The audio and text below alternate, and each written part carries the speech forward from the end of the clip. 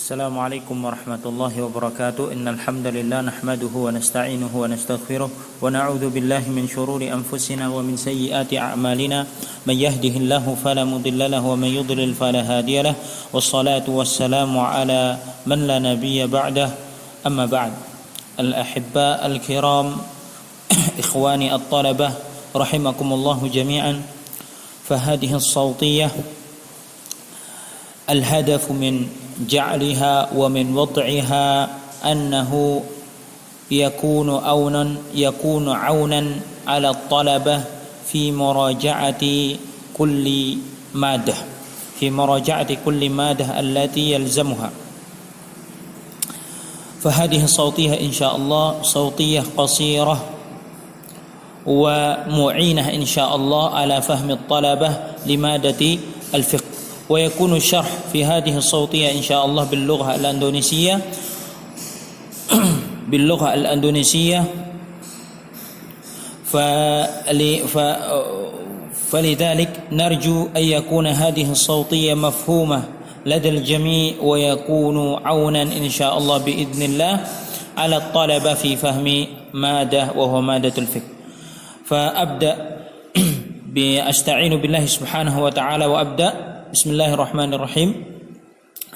Insyaallah Ustadz akan mengulang beberapa pelajaran yang mungkin di beberapa kelas telah Ustadz jelaskan. Taib, insyaallah rekaman ini akan Ustadz mulai dengan membahas pembahasan terkait zakat hasil bumi. Zakat hasil bumi itu dibagi menjadi dua. Pertama adalah zakat al-hubub was-simar, yaitu zakat hasil panen. Yang kedua adalah zakat yang diperoleh dari hasil bumi atau dari hasil bumi seperti minyak, hasil tambang, maksudnya hasil bumi yang lain adalah hasil tambang. Jadi zakat hasil bumi ini atau di istilah dalam buku al-kharij minal ard itu dibagi menjadi dua. Yang pertama adalah al-hubub was-simar dan yang kedua adalah hasil tambang. Hasil tambang. Baik.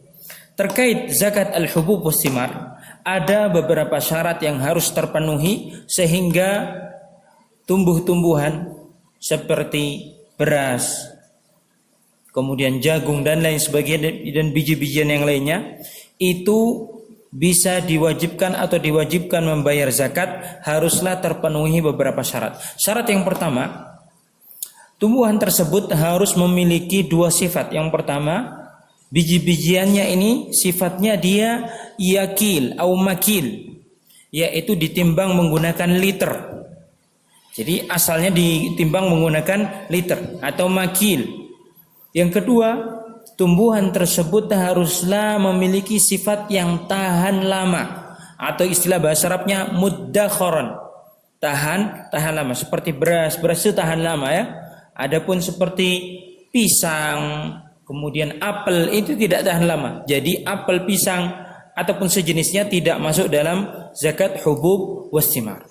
Kemudian zakat al-hubub was-simar ini berbeda dengan zakat amwal yang lainnya seperti az-zahab wal-fiddah atau urudut tijarah, di mana zakat hubub was-simar ini tidak disyaratkan di dalamnya haul. Jadi seorang yang memiliki ladang, contohnya orang memiliki ladang padi, tatkala hasil panen dari ladang padinya ini telah mencapai nisab, maka dia telah wajib membayarkan zakatnya. Lalu berapa besaran nisabnya? Nisab zakat hubub was-simar ini besarannya kurang lebih khamsatu ausuk.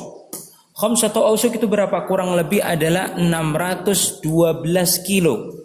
Kalau tidak salah dituliskan di buku 612 kilo. Maka bila hasil panen telah mencapai takaran ini, maka dia telah wajib membayarkan zakatnya. Lalu berapa besaran zakat yang dikeluarkan? Besaran zakat yang dikeluarkan adalah tergantung dari tabiat ladang tersebut. Bila ladang tersebut disirami menggunakan biaya, dalam arti seorang petani tersebut harus mengeluarkan biaya untuk menyirami tanamannya, maka yang diambil dari hasil panen tersebut adalah sebesar 5%. Iya, 5%. Bukan 5%, afwan. Bukan 5%, namun 20%. Jadi kalau ladangnya ini disirami menggunakan biaya, untuk menyiraminya memerlukan biaya, maka besaran zakat yang dikeluarkan adalah 20% dari total hasil panen tersebut bila hasil panen telah mencapai nisab. Adapun bila ladang tersebut tidak disirami, contoh ladang yang tidak disirami perkebunan kopi, itu jarang seorang yang berkebun kopi untuk menyirami kopinya. Mungkin bulan-bulan pertama dia butuh untuk menyirami kopinya, namun tatkala pohon kopi telah tumbuh dia tidak perlu lagi untuk menyirami kopi tersebut, sehingga besaran zakat yang dikeluarkan sebesar 10% dari total hasil panen yang telah mencapai nisab. Itu terkait zakat hubub wasimar, yaitu biji-bijian dan buah-buahan. Sekarang kita beralih ke zakat hasil tambang. Zakat hasil tambang ini akan dilihat dari hasil penjualan tambang tersebut. Bila penjualan hasil tambang tersebut telah mencapai nisab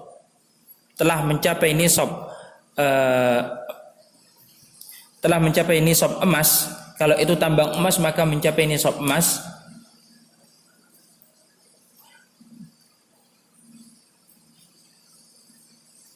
Kalau itu tambang dua-duanya menggunakan nisab emas.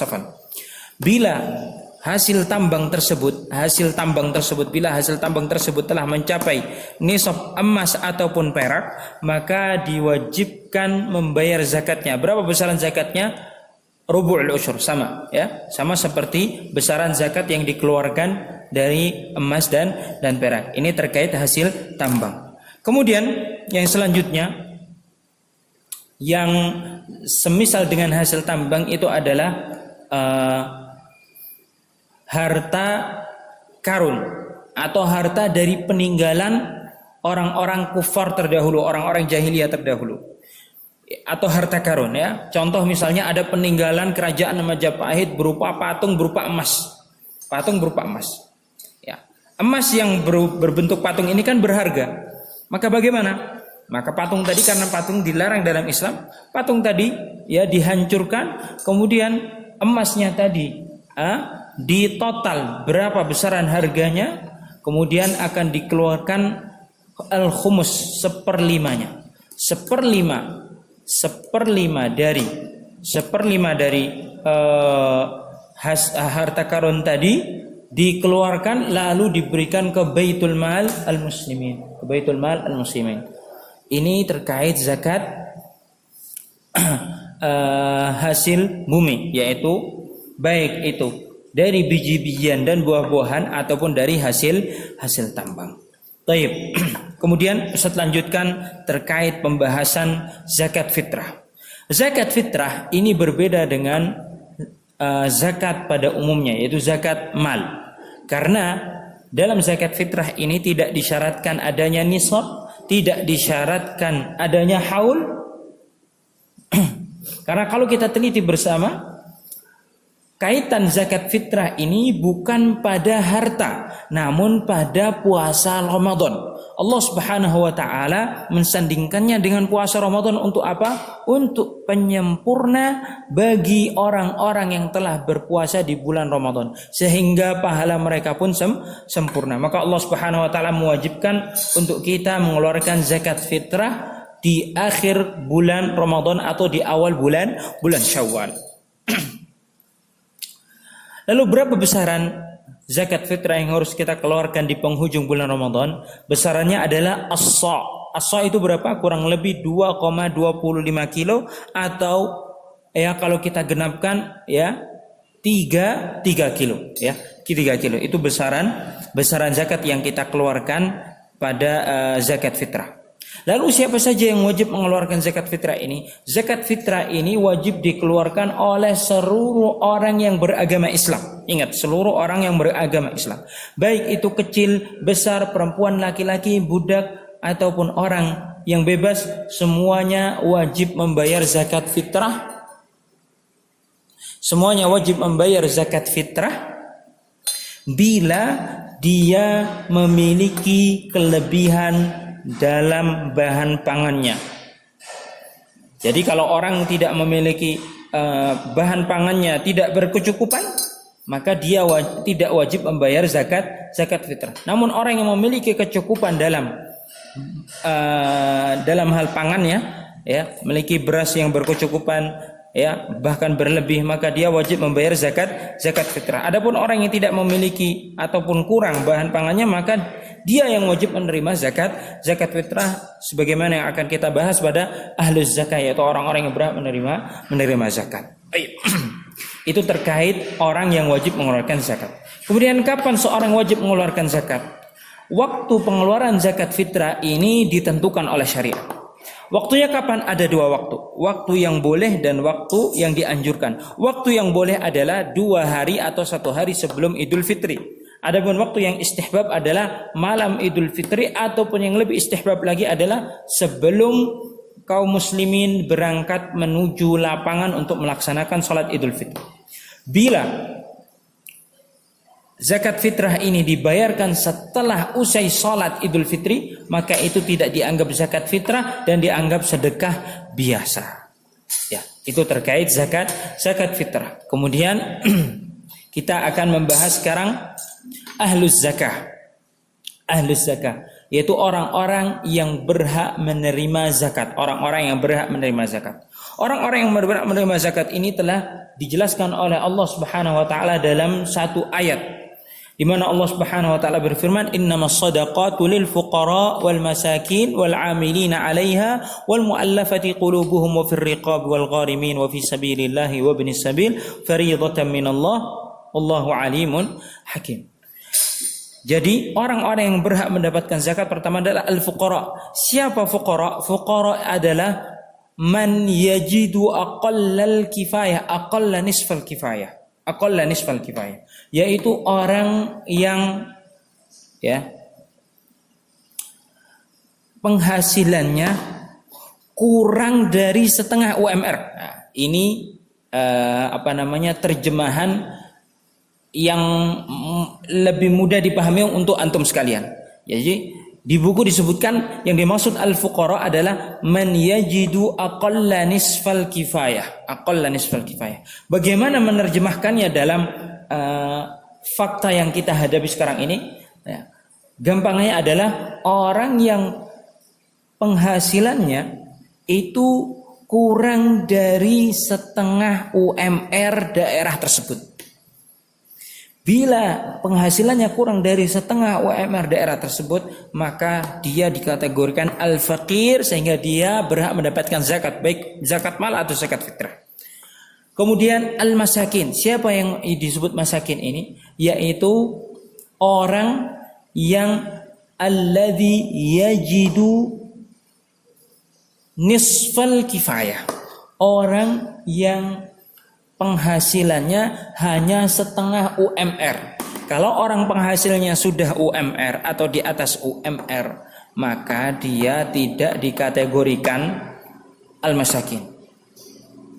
Namun orang yang penghasilannya di bawah UMR atau cuma setengah UMR saja, nisfal kifayah au dunaha, nisfal kifayah yakni dunal kifayah wa madunal kifayah, maka dia dikategorikan al-masakin sehingga berhak mendapatkan zakat fitrah atau zakat al-mal. Kemudian innamas shadaqatu lil fuqara wal masakin wal 'amilina 'alaiha adalah orang yang bekerja mengambil zakat atau membagikan zakat, itu juga berhak mendapatkan zakat bila dia tidak mendapatkan gaji. Wal mu'allafati qulubuhum, orang yang kita harapkan dapat masuk Islam dari pemuka-pemuka kaum. Kemudian al-mu'allafati qulubuhum wa fir riqab adalah budak yang ingin memerdekakan dirinya. Wa fir riqab wal gharimin adalah orang yang dililit hutang, itu juga berhak mendapatkan zakat. Wal gharimin wa fi sabilillah, dan orang yang berjihad di medan pertempuran, wa ibnu sabil, dan orang musafir yang tersesat atau habis bekalnya, maka dia juga berhak mendapatkan uluran dari harta zakat. Hada wallahu taala a'lam. Insyaallah sanastamir fi as-sawtiyah allati taliha في مبحث جديد وهو ما يتعلق بالصيام والاعتكاف إن شاء الله تعالى. هذا وصلى الله على نبينا محمد وعلى آله وصحبه.